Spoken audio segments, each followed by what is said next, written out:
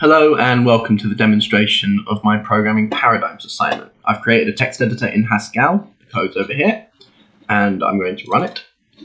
Now, I've created this empty test document that has the sentence, "but have a nice day" in it. Those typos are what we're going to correct in this text editor. So the first thing we're going to do is we want to load the file in.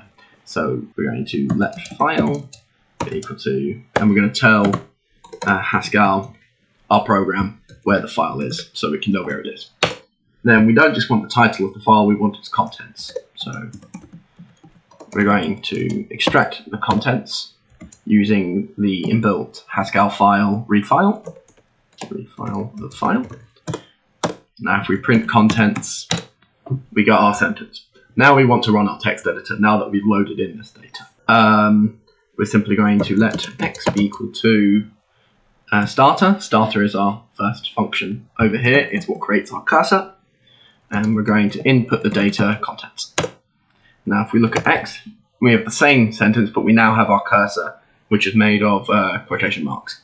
So the first thing we want to do is we want to move around. We want to move our cursor. So we're going to move our cursor one to the left. If we print y, you can see the cursor has now moved one to the left. We can also move the cursor back to the right.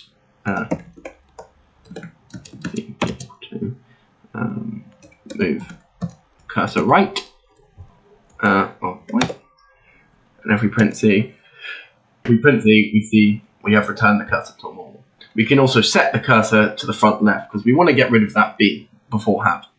So we can let A be equal to set cursor left of Z, and if we look at A, we can see the cursor is now to the left.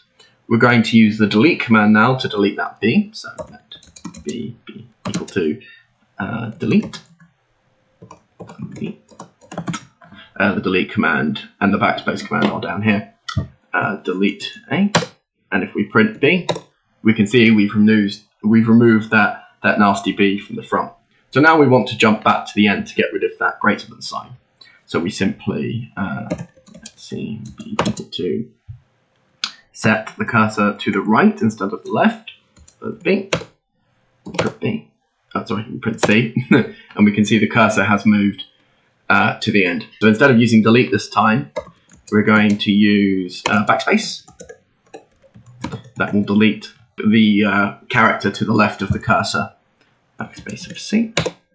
And if we look at our string, we can see we've removed that character.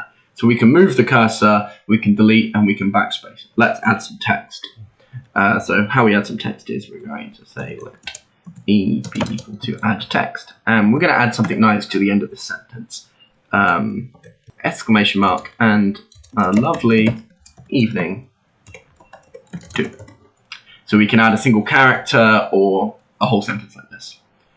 But if we print E, we can see we only have the text we added. We need to merge the two together. So we're going to let F be equal to merge text. This will bring, wherever the cursor is in the main text, we'll add this text to. Because it's at the end, it will add the new text to the end of the original text. So we'll merge text. We put in our new text first, which is E, our alt text after, which is D. And if we print F, have a nice day and a lovely evening too. So now we've fixed our sentence and our typos and we want to save it.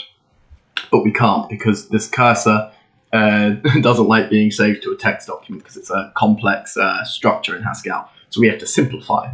So this is what the save function's for. So we're going to let G be equal to save comp. Now this just simply removes the cursor so we can save to a file.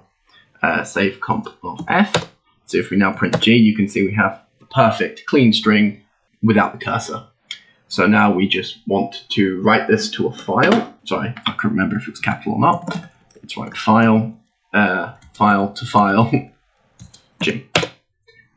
Now, if we reopen this test file, you can see we have edited it, but we want to see that in our own text editor. So we're going to reassign contents to read the file again, so we can see if it has, in fact, edited the file.